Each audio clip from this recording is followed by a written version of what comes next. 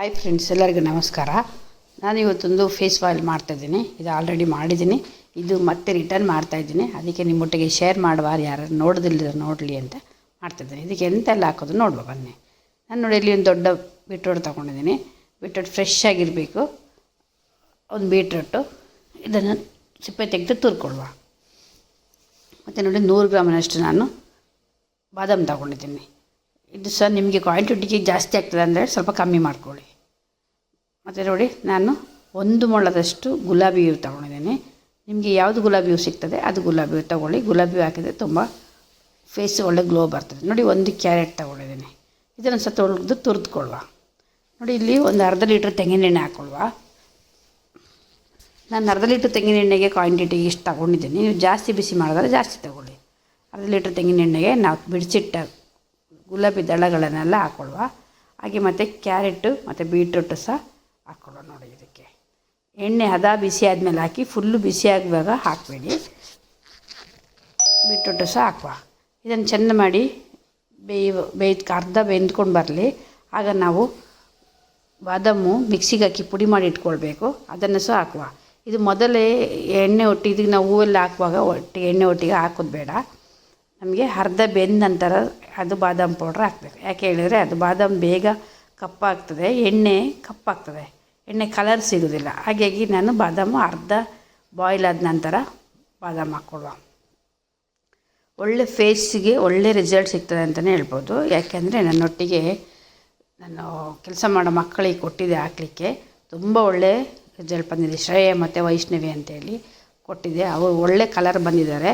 ನಾನು ಮಾಡಿಟ್ಟದ್ದು ಅದು ಸ್ವಲ್ಪ ಅವ್ರಿಗೆ ಕೊಟ್ಟಿದ್ದು ನಾನು. ಹಾಗಾಗಿ ಒಳ್ಳೆ ರಿಸಲ್ಟ್ ಬಂದಿದೆ. ಅವರು ಮತ್ತೆ ನನಗೆ ಬೇಕು, ನೀವೇ ಮಾಡಿಕೊಡಿ ಅಂತ ಕೇಳಿದ್ದಾರೆ. ಹಾಗಾಗಿ ನಾನು ಮತ್ತೆ ಮಾಡ್ತಾಯಿದ್ದೀನಿ. ಅದಕ್ಕೆ ಯಾರಾದರೂ ನೋಡಲಿಲ್ಲ ಅಂದರೆ ನೋಡಿ ಮಾಡಿ. ನಿಮಗೆ ರಿಸಲ್ಟ್ ಒಳ್ಳೆ ಬಂದರೆ ಬೇರೆಯವರಿಗೆ ಶೇರ್ ಮಾಡಿ, ಯೂಸ್ ಆಗ್ತದೆ ಅಂತಲೇ ಹೇಳ್ಬೋದು. ನೋಡಿ ಚೆಂದ ಮಾಡಿ ಸ್ಲೋ ಗ್ಯಾಸಲ್ಲೇ ಬೇಯಿಸಬೇಕು. ನಾನು 100 ಗ್ರಾಮಲ್ಲಿ ಪೂರ ಸಹ ಹಾಕಿದ್ದೀನಿ. ಯಾಕೆಂದರೆ ಅದು ಕಮ್ಮಿ ಆದರೆ ಸುಮ್ಮನೆ ವೇಸ್ಟ್ ಆಗ್ತದೆ ಅಂತೇಳಿ ಪೂರ ಹಾಕಿಬಿಟ್ಟೆನು. ನೋಡಿ ಒಳ್ಳೆ ಸ್ಲೋ ಗ್ಯಾಸಲ್ಲಿ ಬೇಯಿಸಿದ ನಂತರ ನೋಡಿ ಈ ಥರ ಬರ್ತದೆ. ಈ ಥರ ಬಂದ ನಂತರ ನಾವು ಸ್ವಲ್ಪ ತಣ್ಣಗಾದ ನಂತರ ಇದನ್ನು ಫಿಲ್ಟರ್ ಮಾಡಿ ತೆಗೆದಿಟ್ಕೊಳ್ಳುವ. ನೋಡಿ ಒಳ್ಳೆ ಕ್ಯಾರೆಟ್ ಕಲರ್ ಬರ್ತದೆ. ಹೀಗೆ ಮಾಡುವಾಗ ನಾವು ಸ್ವಲ್ಪ ಬಿಸಿ ಇರುವಾಗ ಫಿಲ್ಟ್ರ್ ಮಾಡ್ಕೊಳ್ಳುವ. ಅದು ತುಂಬ ತಣ್ಣಗಾದ ನಂತರ ನಾವು ಫಿಲ್ಟ್ರ್ ಮಾಡಲಿಕ್ಕೆ ಹೋದರೆ ಅದು ಎಣ್ಣೆ ಎಲ್ಲ ಅದರಲ್ಲಿ ಹಿಡಿದಿಟ್ಕೊಳ್ತದೆ, ನಮಗೆ ಸಿಗೋದಿಲ್ಲ. ಅದಕ್ಕೆ ಉಗುರು ಸ್ವಲ್ಪ ಬಿಸಿ ಇರುವಾಗಲೇ ಸ್ವಲ್ಪ ಜಾಗ್ರತೆ ಮಾಡ್ಕೊಳ್ಳಿ, ಎಲ್ಲ ಫಿಲ್ಟ್ರ್ ಮಾಡಿ ತೆಗೆದಿಟ್ಕೊಳ್ಳಿ. ನೋಡಿ ಇದರಲ್ಲಿ ಎಣ್ಣೆ ಕಲರ್ ಎಷ್ಟು ಒಳ್ಳೆ ಬಂದಿದೆ ಅಂತ. ಇದೇ ಕಲರು ಮುಖದಲ್ಲಿ ಸಹ ಬರ್ತದೆ. ಇದನ್ನು ಫಿಲ್ಟ್ರ್ ಮಾಡಿ ತೆಗೆದಿಟ್ಕೊಳ್ಳುವ. ನಾವು ಈಗ ಇದರದ್ದು ದಳಗಳುಂಟಲ್ಲ, ನಾನು ಬೀಟ್ರೂಟೆಲ್ಲ ಬೇಯಿಸಿದ ಎಣ್ಣೆಯಲ್ಲಿ, ಅದನ್ನು ನೀವು ತೆಗೆದು ಬಿಸಾಡೋದು ಬೇಡ. ಅದನ್ನೊಂದು ಬಟ್ಟೆಯಲ್ಲಿ ಕಟ್ಟಿ ತೆಗೆದಿಟ್ಕೊಳ್ಳಿ. ಅದನ್ನು ಮತ್ತೆ ನಾವು ಯಾವಾಗ ಯೂಸ್ ಮಾಡಬೇಕು ಆಗ ನಾವು ಅದನ್ನು ಯೂಸ್ ಮಾಡಿಕೊಂಡ್ರೆ ಒಳ್ಳೆ ರಿಸಲ್ಟ್ ಬರ್ತದೆ.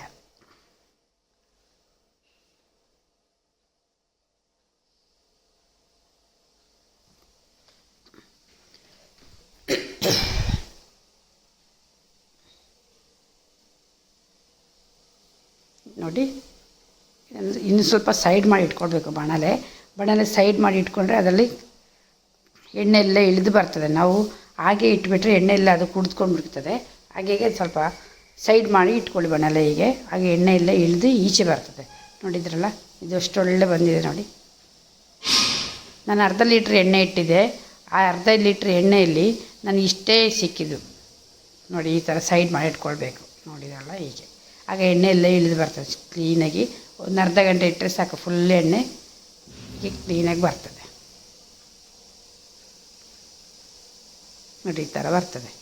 ನೋಡಿ ಇದನ್ನು ನಾವು ಬಟ್ಟೆಲ್ಲ ಕಟ್ಟಿ ತೆಗೆದಿಟ್ಕೊಂಡ್ರೆ ನಮಗೊಂದು 3-4 ದಿನದಿಂದ ಹಚ್ಬೋದು. ಅದನ್ನು ನೀರು ತಾಗಿಸ್ತಲೇ ತೆಗೆದಿಡಿ. ಅದು 3-4 ದಿನ ನಮಗೆ ಹಚ್ಚಲಿಕ್ಕೆ ಸಿಗ್ತದೆ.